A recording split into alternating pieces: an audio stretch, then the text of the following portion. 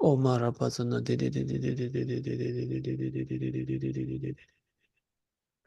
Omara Patsana di Tseden Jeki Chendra Buseki Talu Timu Mun Parabzane Kadan Tenchu Shunlu Tokpayi Loje Pope Nawa Tsadus Kanzi Tawar Dopam Chunze Jiwar Dunayam Gompo Tamyan Jeniki Gegme Paryang Tongwar Shu. Okay, good morning or good evening, everyone, depending on where you are. So, are there any questions about the memorizing the alphabet so far? Or at least we did a little bit more than half last time. It's gonna take some time to get all that memorized. Yeah. I Took think your maybe. advice. Mhm. Took your advice and focused on really just trying to memorize the symbols and what I think they sound like, and then I'll Yeah, get the pronunciation later. yeah. Since this is a classical Tibetan class, the focus more so than pronunciation is on understanding the texts. So, of course, it's important to have a good pronunciation. But if you guys want to practice your pronunciation after class, we can stay a little bit and I can listen and give you guys a little bit of advice also. Also, it really helps to practice drawing the symbols. I don't know if you guys have tried that using this page and practicing doing those strokes. That's very useful also. It does something to our brain, having to draw. That's why they say that Tanka artists have such a nice visualization, because by having to draw the forms of the Buddhas, it becomes very clear in their minds. So it really helped me when I was memorizing them.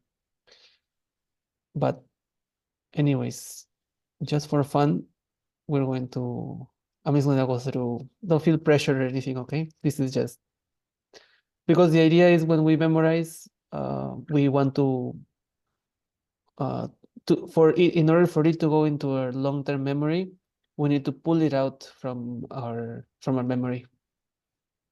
So to do that, this is the purpose of doing this, not to torture anyone, of course.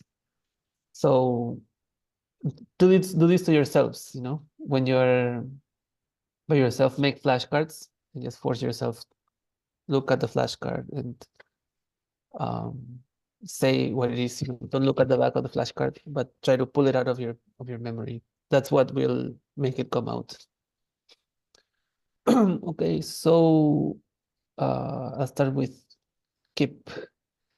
What is this one? Oh,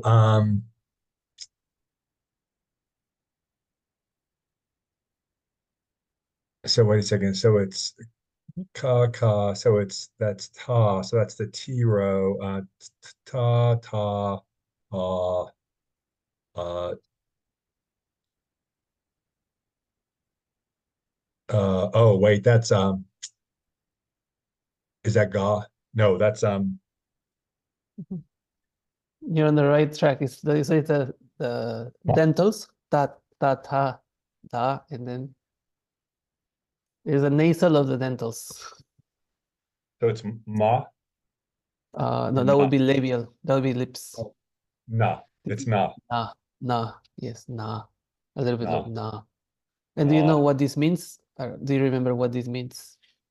Uh, it's not T. That means it's not cow. It's no, I don't remember what that means. This means it can mean sick. It Oh, can that's also right. mean if. This is we will see this all over the text. This nah is very, very prevalent. Okay, let's go with James. Okay. Okay, Yes, James. don't pick a hard one. What is this There's one? like a couple. There's a couple that I'm like, I look at and I'm like, why don't I know this one?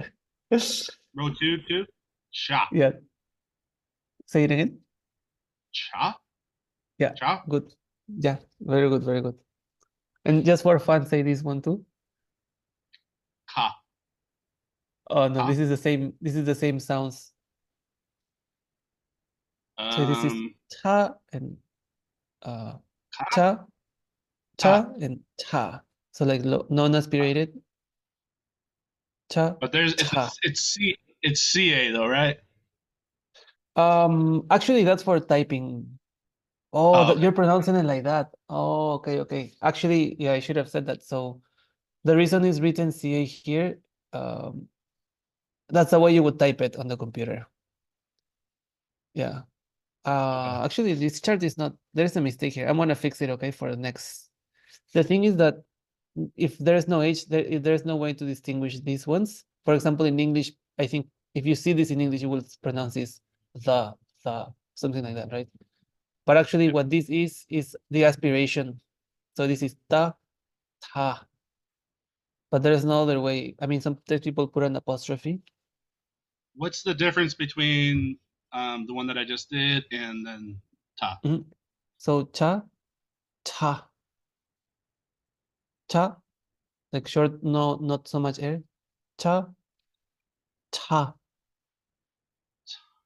So like I said, for native English speakers, these sounds exist in English.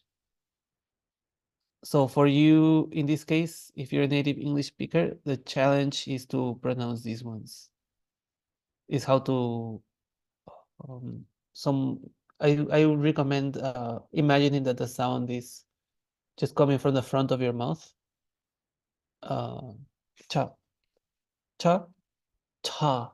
I feel like when I do, I have to add this extra air. Cha. There's more. You can even try like if you put a paper. I don't know if you guys can see. Like if I go cha, cha, cha, cha. Like Ah, there's more air. Like that's why the aspiration is the air is coming more intensely versus these ones are more cha. There shouldn't be so much air coming out. So you can try. You can try. Just feel. You can feel the air on your hand or put a paper in front. This one's low, and this one is the nasals. Okay, so Bo, have you watched our video? Yeah, are you ready? Well, Oh, I certainly haven't memorized them, but it's okay. I've, Just I've for I've written out a bit of a chart. we'll try just for fun, don't worry. Sure. Okay. What is this one? Bar, Yeah, good. Good. Bah. bar. There's a little bit, yeah, that's really nice sound. There's a slight H, like BHA, a little bit of an H, bah. Because then when we mix it with other letters, that bah sound will become bah. So as we combine with other letters to make the syllables, they will change the sound a little bit. So if it's by itself, this row also has like a slight H, like ba, like ga, cha, ta, ba, za, and that, like a little bit like low, da. Okay, very good. Good job. Chris, what is this one? Ka, Yeah, good. Ka, ka. ka. Do you know what it means? No. Mm. So ka means mouth. Mouth. Okay. Yeah. Yeah, just a little. Some of them have meaning on their own. So, okay. Federico, Yes. what is this one? Ah, no. Nga. Yeah. Ah. Nga. Very good. No. And do you remember what it means? I or some I Mhm. no. Yeah, Okay. yeah, I like I nga. have a question. Yes. After the previous class, Mhm. I looked up a couple of YouTube videos on different Western teachers Mhm. teaching the pronunciation, and some of them would see the third column as, for example, at the first show, instead of ka, ka, ga. So instead of k, I think something like g. And for example, instead of yeah. So you would teach it this way, but some so the ambiguity between, for example, the fourth row P and B, and Mhm. T and D, Mhm. and K and G. So Yeah. some would say This, K, other would say G. yeah. Do you have anything to say about this ambiguity? Yes. The issue is that there is no, we just don't have this sound in English or in Latin letters altogether, I guess. So this is just our closest approximation. It's not really a Mhm. ga, a ga. It is really like somewhere between a, for example, this is somewhere between Yeah. a K and a G. This is my guess. This is my guess that Yeah, it's somewhere in between, and some go yeah, to K, others to G. yeah. If the thing is that G, actually, the actual G sound comes if we put a head letter on this or a prefix on this, Oh, I then that's see. the actual G sound. Pure As it G. is I by see. itself, yeah, it is not. It's not exactly G, but just know that for the sake of distinguishing them, because we already have two case sounds, Yes. just for the sake of distinguishing, the G is chosen. Also, if you think about it, it kind of looks like a G, you know, already. Right. And then also, uh, this is also for the sake of typing. Actually, this is not the type. The way we would type it is on this page here. Oh, sorry, here.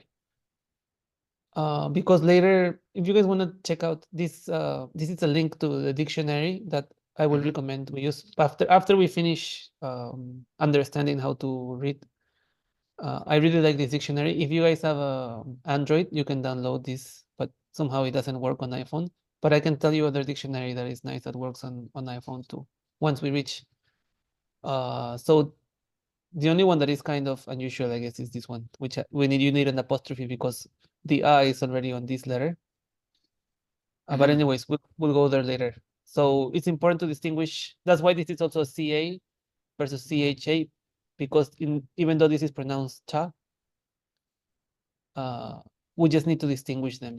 Sometimes Mhm, mhm, mhm, it's just for convenience of mhm. distinguishing the letters a lot of the times.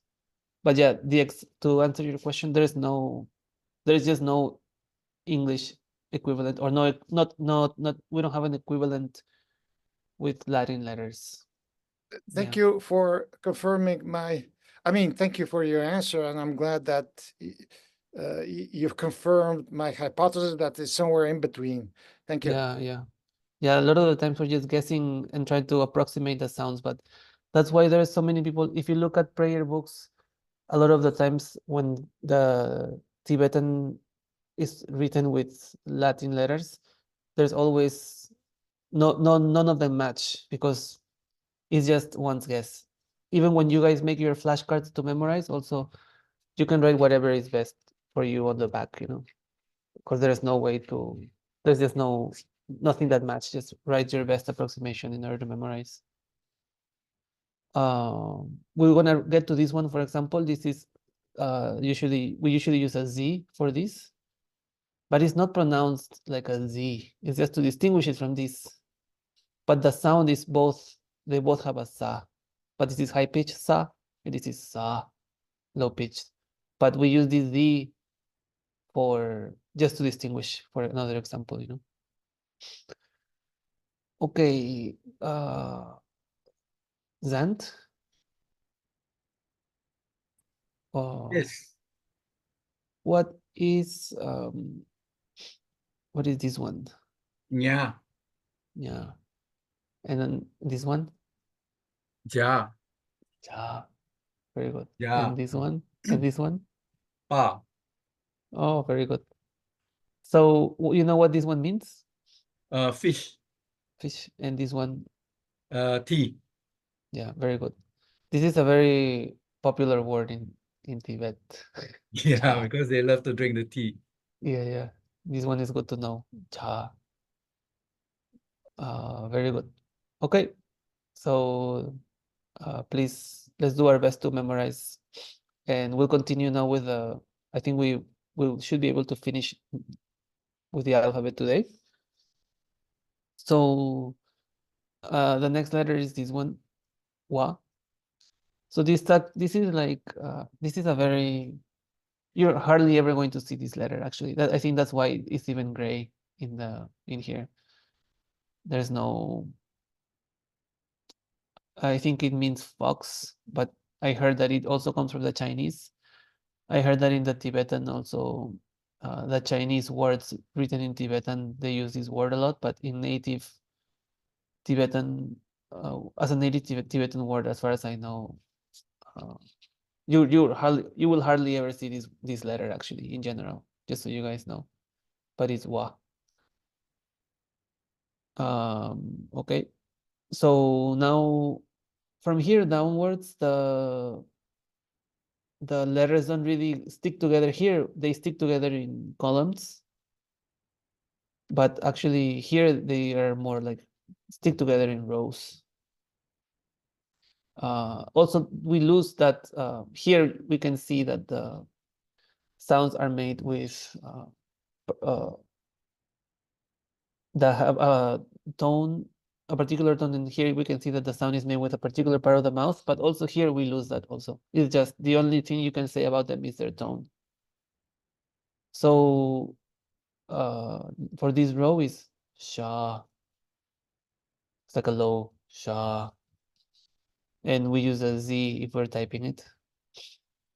And usually written also as such. Sha. You guys can repeat after me. You don't have to turn on your mics because it might be disturbing for everyone, but you can just say, just to get the sound. Sha. Sha. This shamo means a hat. Like for example, you guys know the sharmapa. That means a red hat. Actually, shamar. Yeah, sha is At. Marpo is red. Sharmapa. Shamarpa, I guess you would say. Sharma, they say Sharmapa. This one is low. Sa. Sa. Sa. So this means to eat. To eat. Sa. Then this is our long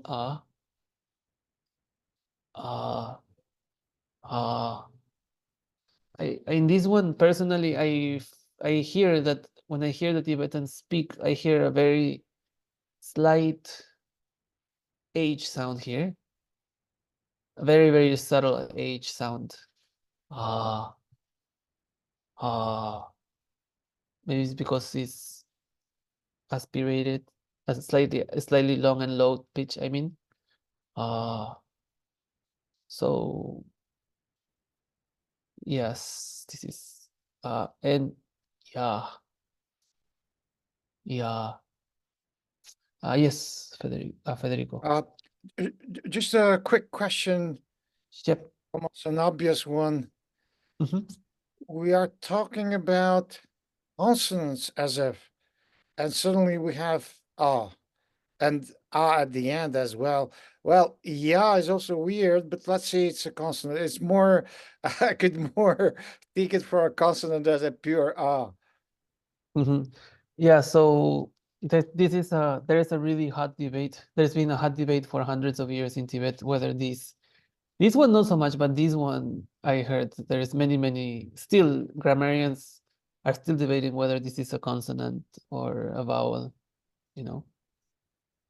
So there is no consensus. Yeah, most people say it is most people will say that it is a consonant, but the idea is that, I mean, we can argue both points, but the thing to keep in mind is that there is an inherent, this sound exists inherently in all of them. It's not like for example, in English or in other languages, I guess, that use this Latin alphabet. If I just have a K like this, I just say k, k, k. There's no but in Sanskrit and in Tibetan, there is an inherent sound. That's why in maybe you have seen in the Dzogchen symbols, sometimes they use this letter. Mhm. It represents that because they say the fundamental nature of mind is inherent in everything. So because that in that same way, this even though we don't see it, is present in every letter. Mhm. So Is the there a way? eyes, yes. Is there a way to write the letter without having the A sound? Like I know what they do in Sanskrit, but do they have something like that in Tibetan? Like You drop, you would drop only if you have the letter as a suffix. It would drop the A sound. Otherwise, no. That's why the Tibetans cannot pronounce these words when they cannot pronounce when there's two consonants together. You know, if you hear the Tibetans who grew up in Tibet and they learned English later on in life, they cannot say. I cannot think of one now. Like smile. They would say smile, smile. Like they cannot put the two consonants, you know. There's always in Tibetan there's always a vowel after the how consonant. Mhm. how would you indicate that in the Tibetan then? Like just a K without the A. There's no way to do it. However, for Oh, okay. example, for writing Sanskrit, like for example, like skanda, you know, there's an if you wanted to get rid of that S, you would put the sa on top of the K, but in Tibetan that that sa count would be dropped. So you would learn to recognize those. Once you learn how to read Tibetan, if you're looking at your text, all of a sudden you see a really weird combination, and then you know that that is Sanskrit. And so you pronounce it as if it was Sanskrit, because in the texts, many of the words, mainly the mantras and the dharanis, which are long mantras, they were not translated into Tibetan. They were kept in Sanskrit. Mm. Yeah, and same for Chinese. Recently I was a little bit, I'm still working on this translation from this Bonpo Geshe, and there he's talking about the history of these. He's arguing that the previous Buddha was Dipankara was the same Buddha as the Bonpo Geshes, and he's citing these Chinese texts, and actually he's using. I was having such a hard time because they're writing Chinese using Tibetan letters, you know. Yeah, and then they also write Tibetan letters to write English, so then also it looks weird, you know, but you can distinguish. But for our sake, we'll just learn Tibetan, so don't worry. Okay, so does that answer your question, Federico? Yes, thank you. Yeah, good. Yeah. You can just talk. It's okay. You no need to raise your hand. You can just ask me. No problem. So actually, I have a, I Yeah. I have a. So on those last three rows, so on the top five, they were structured by where in the mouth they're formed, but those last three rows say low, mid, and high. Is that just pitch?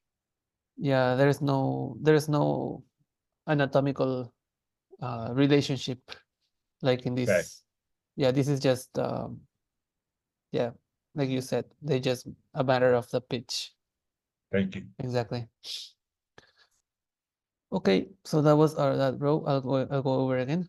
Sha, sa, ah, ya. Then we have the midtones. Ra. This is a rolled R. If you guys can practice, I guess. Yeah, rolled. Ra, ra, la, la, sha, sha, sa. These ones, personally, I hear them more as high pitch, more so than mid tone.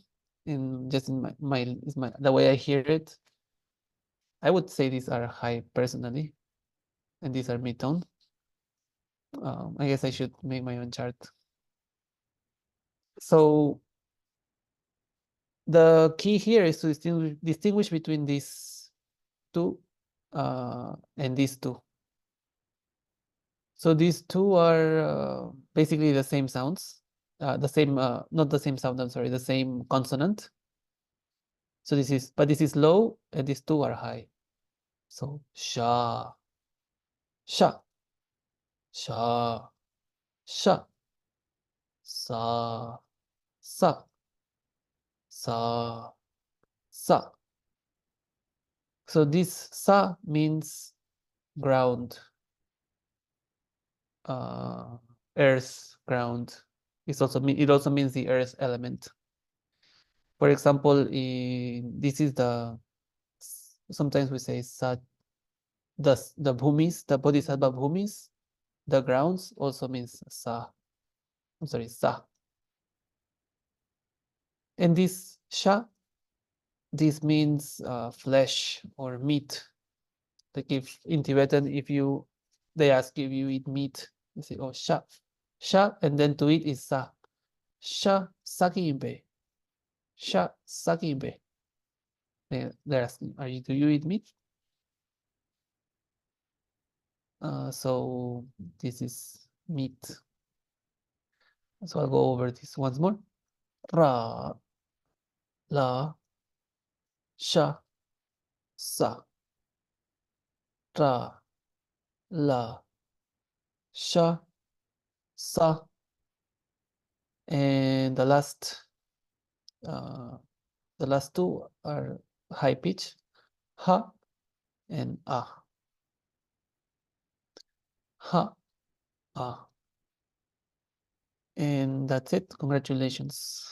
We have completed the 30 Tibetan letters. Now, just another note, just so that this is, just so you guys know, I mean, sometimes you will see these reverse letters. So this is actually in Sanskrit, this is the row that is missing here. So in Sanskrit, they will be like there will be another row between these two, which are called cerebrals. Ta is like basically you put the tip of your tongue on their palate. Ta ta ta ta ta ta ta ta. So those are these ones. That's how they would write them.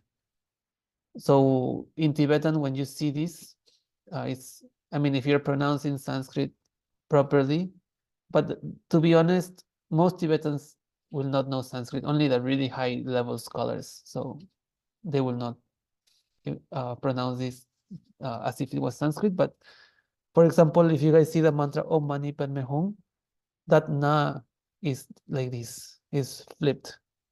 Actually, when I was learning Tibetan, I thought they had made a mistake. Nobody told me this in the beginning. Then I learned that. So this is, in a way, it's not mani, like a normal N, is like a mani, ni, with a retroflex. Mani. And this is also, well, this is for these four, right? But this sha, like we just learned the word for meat. So this is sha, sha, something like that in Sanskrit. Sha. Anyways, this is just so for your own information. Okay, I added them. And then these are the next thing to learn is the vowel sounds. So there's 4 vowel symbols in Tibetan. There's 4 vowel symbols in Tibetan, but there's 5 vowel sounds. Actually, there's 7 vowel sounds, really. So one vowel sound is inherent in every letter. The a sound. The a sound is always there. And then for these ones, so basically you would just add these to any letter. So this is E. By the way, you guys also, I recommend you guys learn the names. Each one of these symbols has a name. So this is called Giku. Okay. Giku. Giku. Giku. Okay. Is that in the notes here? I didn't put it actually because I wanted you guys to write it down. But I can, if you guys want me to, I can add it on our new, every class will have a new version of our book. So I can, Okay, I'll that would type it down. help. Yeah, I'll type it Thanks. down here for next class. So Giku, this is called Shapkyu. Shapkyu. This is called Jembu. Jembu. And this is called Naro. Naro. So, for example, now that we have these symbols, let's see if we go back to our prayer. Let's see if we can find a good one, a good example here. For example, this one, this letter, just by itself, without the symbol, who knows? Maybe let's ask Federico. What letter is that by itself? Uh, it is. I'll give you a clue, Ja. okay? Yeah. Ja. Yeah. Yeah. The clue is quite clear below, right? Ja with the low Ja. tone. Yeah, ja. With a little bit also, Ja. a little bit of an H also. Ja, like JHA a Like little bit. aspirated. I see. Yeah, a little aspirated and low tone. Ja. Ja. But by the way, says I'm already unmuted. I was going to ask while you were going through the prayer at the beginning. That I see sometimes there's O with 2 dots and U with 2 dots. Sometimes there's U without 2 dots and O without 2 dots. And it seems that this symbol that indicates O is the same, but sometimes it's O with and sometimes without the 2 dots. And Oh, the that's a good spectrum for you the same. yeah, that's a good observation. So because the suffix letter, depending on which suffix letter, sometimes if there's a rule which we will learn, I don't want to go say it now Okay. because I don't want to confuse anyone, but because of the suffix, it changes the sound of the vowel. I see. Yeah, I so see. there is two. I mean, I'll say don't worry, don't memorize it yet. Actually, I just added that to the book yesterday. Actually, I haven't added that part, but basically, there's 10 suffix letters. So out of these 10, these 5 don't change the vowel sound. And there's 2 of them that change the vowel sound, but they only change the A, O, and U sound. Okay?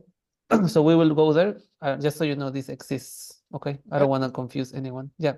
Yeah. Just out of curiosity, at the moment, Uh-huh. O with 2 dots would be more like Exactly, yeah. If you guys know German, I heard in German they have these sounds. I know Hungarian, and the sound with 2 dots is Yeah, exactly. So O. So this would be, this is dun, dun. Yeah. And Dun. again, just out of curiosity, somehow with Hungarian as a reference, is in Hungarian U with 2 dots would be U. Is it the Exactly. same or different? Exactly. Okay. Yeah. Cool. So it will be Exactly. much easier for me. Okay, thank you. Yeah, very good. And also the A becomes E when there is a na after. So is also sometimes there is A with 2 dots. I don't know if you have that in Hungarian. No, there's 2 A's in Hungarian, A and O. Oh, Is there okay, such a sound? No. No, there is not. Okay. This one Okay. isn't there. Well, But good enough. you have 2 out of 3. Okay. But anyways, so what is this? What did you say this is? Can you say just by itself without the symbol on the top? Ja. Ja, yeah. Ja. And then if we add this gigu, do you know what it is? G. G, I yeah. suppose also going down. Yeah, it stays. It keeps that tone. Yeah. Yeah. G. G, G, G. Very good. That's a good one to know. So let's try this one, okay? So Zand, do you know what can you say this syllable? Ba subto bu. Bu, yeah, bu. Do you know what bu means? No. No. So Yeah. bu means a son, like a young boy. Bu, Son. yeah, Okay. son or child. Here is what child. Only That's child. translated Okay. as child.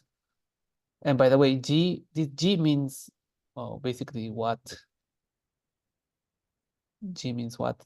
Bu is And meanwhile, G is what? Okay. yeah. Okay. Okay. Very good. So let me see if there is another one by itself.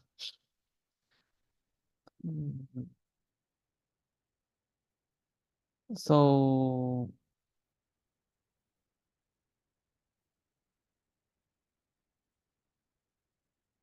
they're all mixed. They're all mixed. So I don't want to go over. Oh, here's one actually. Okay. Keep. What is this one? That is da, Da. da. And Da. then the vowel is the shaku. Shapkyu. Yeah. Shaku. Yeah. So in Tibetan, there is this issue that Tibetan is a monosyllabic language it means that most words are only one syllable. So we have this issue that there's only so many one syllable words. So in order, sometimes, even though the word is different, spelled differently, it sounds the same. And so sometimes, I mean, if you're speaking Tibetan, it's not a big deal because out of the context of the sentence, you can make sense of what is happening. But if you're, I heard they do this a lot when they're debating. You have seen the monks debating, you know? They're like, oh, what do you mean? For example, they have this word tok. Tok means like namtok, like thought, or it can also mean like being a little bit confused. But tok with a different spelling means realization. So it's almost So like two I, completely. I'm Mhm. I was going to say, I'm sure this is an idiotic question, but the Mhm. vowel changes, it changes the pronunciation of the consonant, and then it gives, and it also provides meaning, or is the vowel separately voiced? No, the vowel changes the vowel sound of the vowel side of the consonant. So the consonant stays the same. So this is do, do. The vowel just changes the. Go ahead. Oh, so the vowel changes. I just want to repeat what you said. The vowel changes. So you said Mhm. every consonant has an inherent vowel, and the vowel then changes that inherent vowel from the A. Yeah, from the Oh, ah, got yeah. it. Okay, So that sound changes to the vowel. So we drop that inherent and it becomes something else. So got it. there's only four vowel symbols, but there's more than four sounds because we have that inherent and like Federico asked, we have those two extra sounds also, which we will learn later in terms of vowels.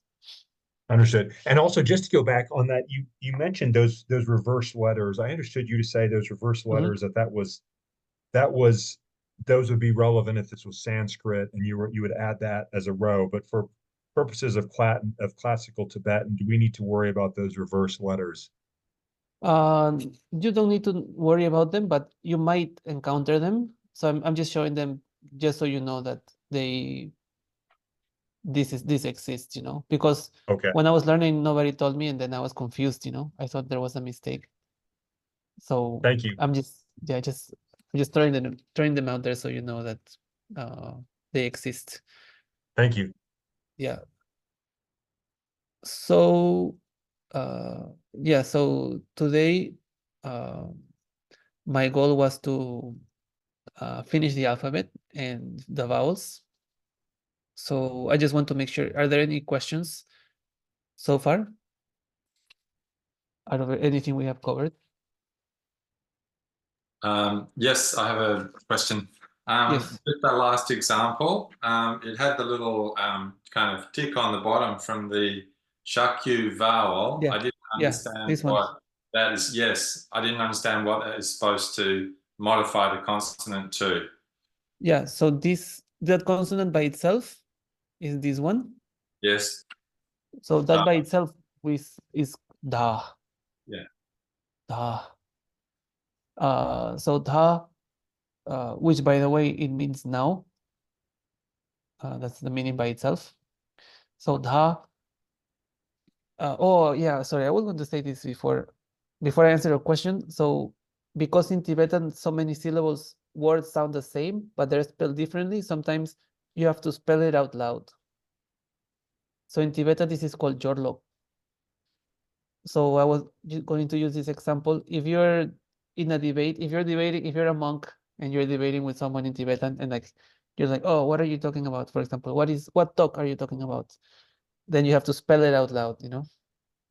So the reason I will add the names by the way here for next class, but the way you would spell it out loud is you say dha shapyu dhu Do. dhu. So it's like saying cat in English, you know. Cat. you add it, you say da, the root letter, shapkyu, and then you say what it sounds like, do.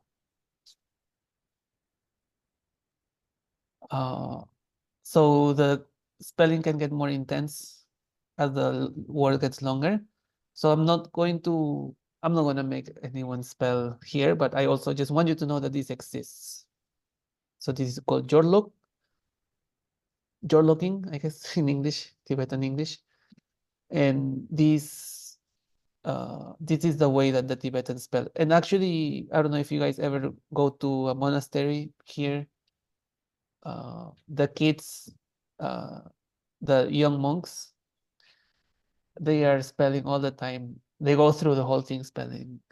They go through the whole text spelling, you know. They don't actually they don't read the text like we would read it. They go, for example, just so you guys, just to give you a little example, but don't worry about it, okay? So if I go through this spelling, it will be ba la da la ma da nga dang mao ga na ro go na gun ba na ro bu.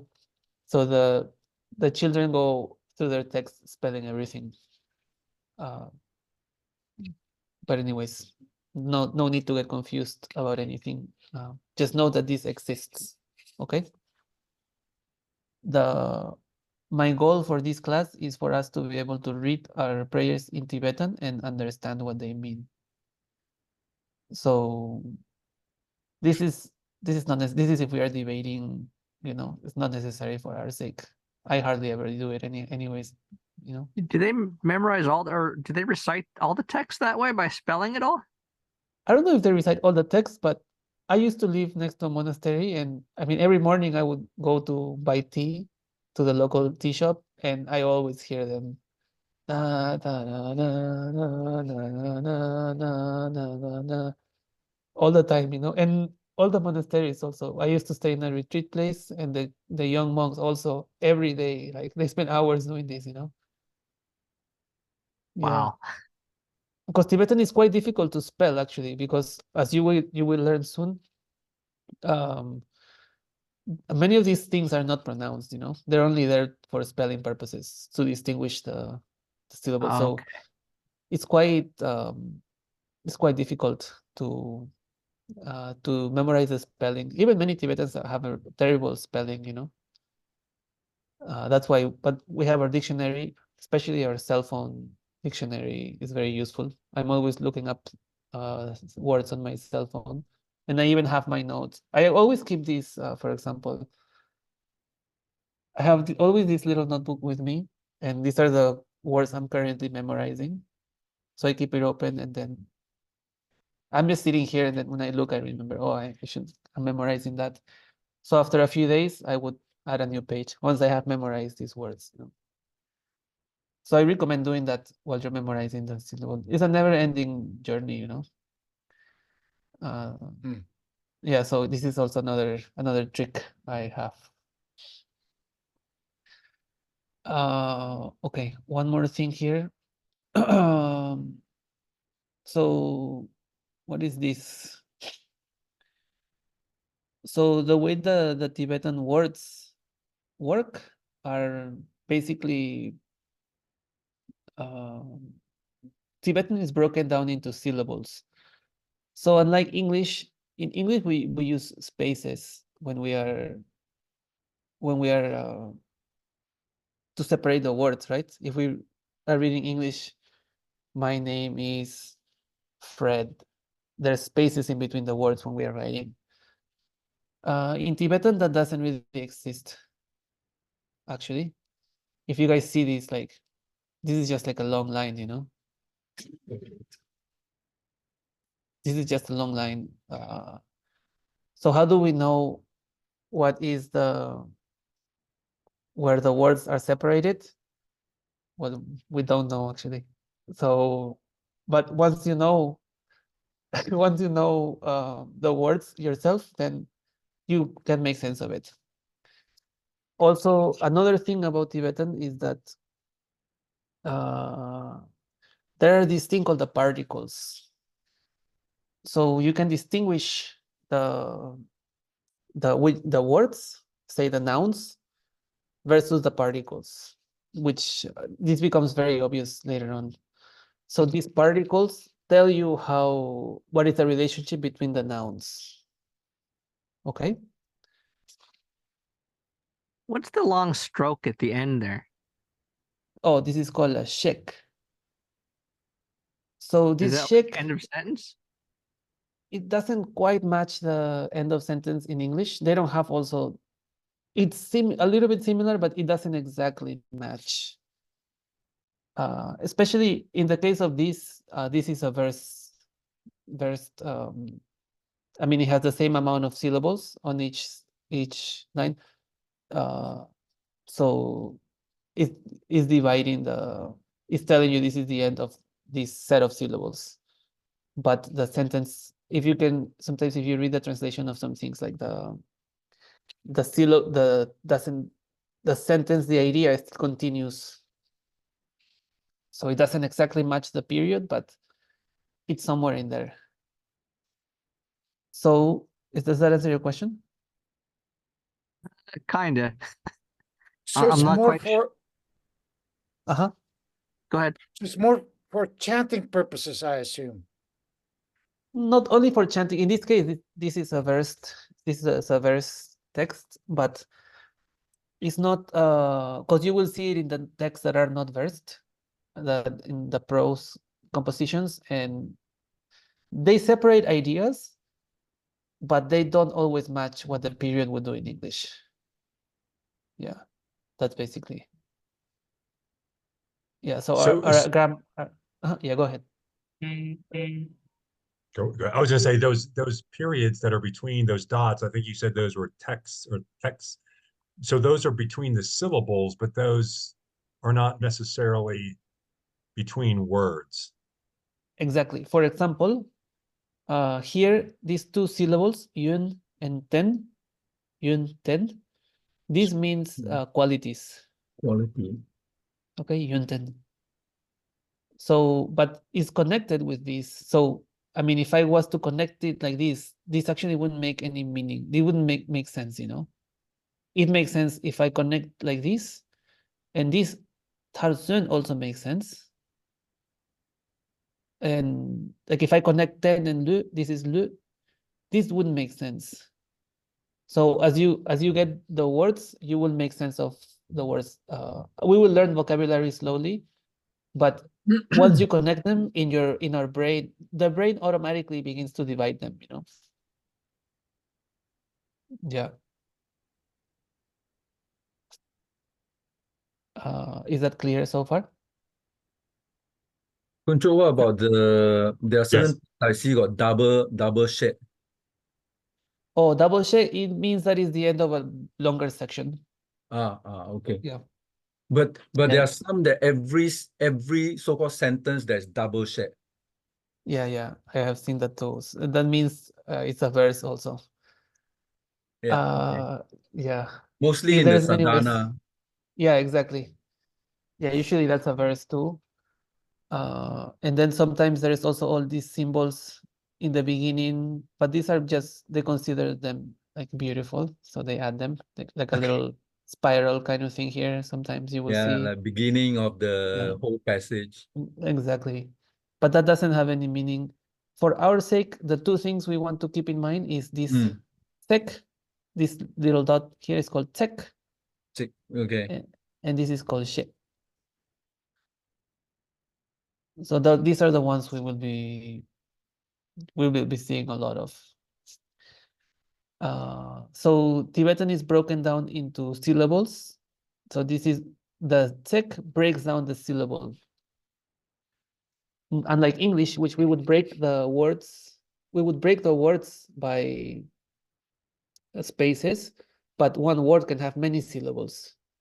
So in Tibetan, that doesn't work like that. We have syllables.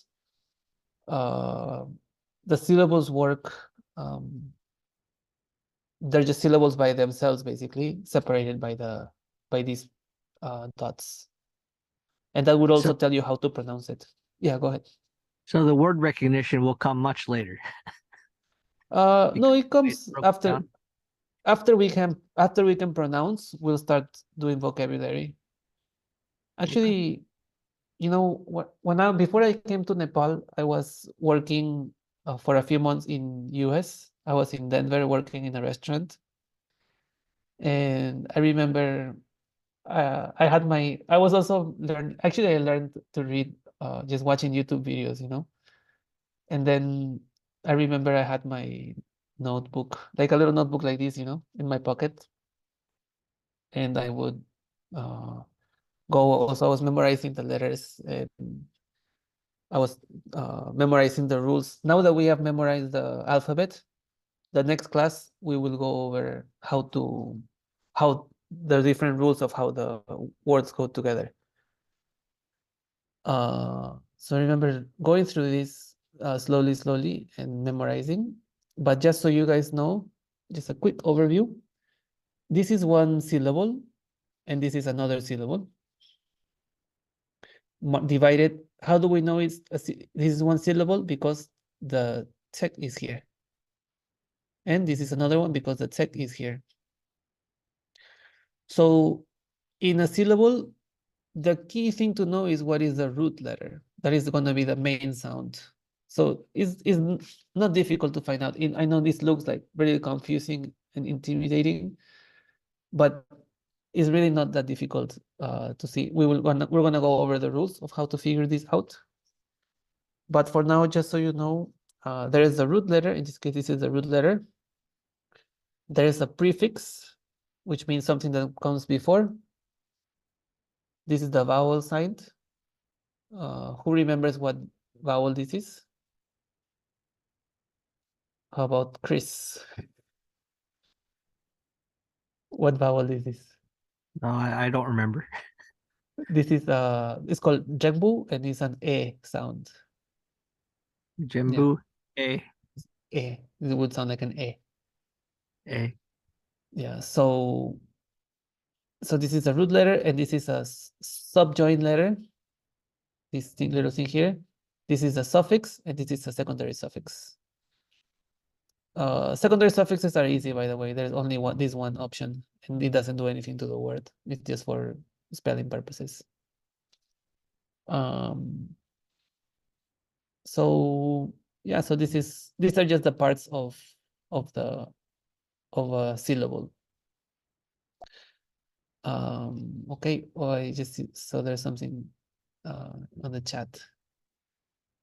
Oh, sorry, I'm just seeing the chat now. Okay. So for now, I think I jumped a little bit too much all over the place, but I heard that in the monasteries also, when these young kids, it's common for the young monks to come and join the high level philosophy classes. And of course they don't understand much, but just to sit there and like just to be exposed to it, something is happening subconsciously, you know. So even though I have jumped around a little bit and said all these things, even if it's not very clear now, don't worry about it. This will come slowly.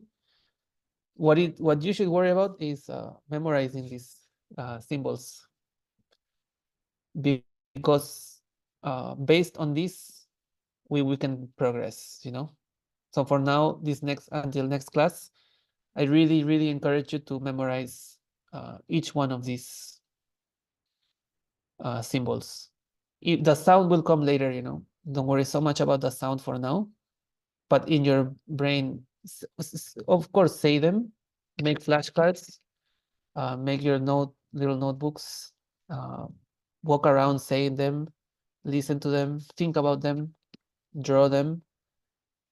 It's 30 symbols, so it's doable. It's not terribly difficult.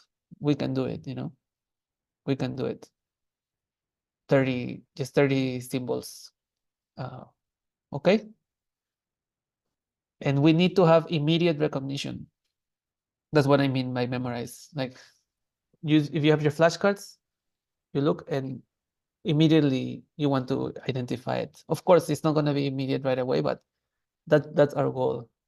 Because based on this, then we can build up our everything builds up on this. If we build up without having this solid, we're building our house on very shaky, muddy ground, you know. This is the foundation for us to move forward. So we must memorize these symbols. Okay. Okay. Thank you. Are Thank there you. any questions? Are there any questions? Kunchuk, may I ask you for the reverse one? Kunchuk, One, may I ask you for the reverse one? the xia, reverse, how is it The pronounced? xia, Oh, reverse, yes. how is it pronounced? So it's supposed to Oh, be a yes. retroflex. So it's supposed to be a retroflex. Mm. So, I mean, if you ask, the way I have seen the Sanskrit I mean, teachers if you ask, say it, the way I have seen the Sanskrit it's like teachers you say bring it, your jaw out a little bit, and you say, it's like sha, you bring your jaw out sha, a little bit, and you say, sha, sha. sha, But for example, sha. here in Nepal, But they for use example, the here in Devanagari Nepal, alphabet, they use the, and they're influenced by Sanskrit, but here they would just almost pronounce it like an S. Like, for example, that's the same letter as in Krishna, you know, and they'll say Krishna, Krishna. Or for Shiva, they say Siva. So in Hindi, I've heard something similar, you know. So I think there is a discrepancy between the language which is alive, the life like prakrit, as they call it, and the actual like way that it should be pronounced as a retroflex. So this is a retroflex. It's meant to somehow retro means backwards, right? Sha, something sha, sha, something like that, you know. How about the last one? This it is xia? this is ksha, ksha. Oh, also xia. No, but this has a K before, so it's ksha, Xia. Okay. ksha. Yeah. This is in the last, actually, this is the letter of the Sanskrit alphabet, you know.